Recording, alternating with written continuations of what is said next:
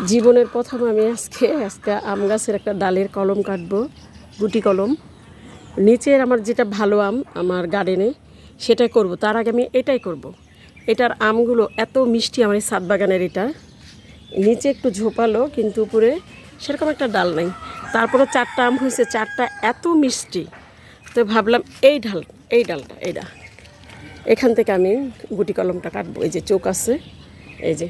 তো আমার ক্যামেরাটা ধরার কেউ নাই, আমি আপনাদের সাথে পরে শেয়ার করব। তো প্রথমে আমি এটা মাটিটাও রেডি করছি, সেটা আমি আপনাদের সাথে শেয়ার করতেছি। তো প্রথমে আমি এটাকে একটু কেটে নিই, ভাবছি এইখান থেকে করব। এটা থাক, এখান থেকে করলে ভালো হয়। এখানে একটা জোড়া আছে, এই যে জোড়াটা, এখান থেকেই করব।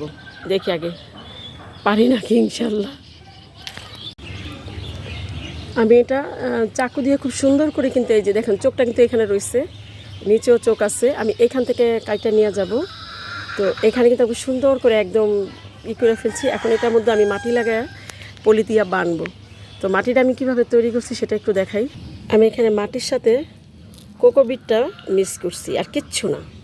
তো এটা দিয়ে আমি বেঁধে দেখব। আসলে আমি ইউটিউব দেখে এই প্রথম করতেছি, তো আমি যেন সফল হই, সবাই দোয়া করবেন। তো এখন এটা লাগায় তারপর আপনাদেরকে আবার দেখাচ্ছি।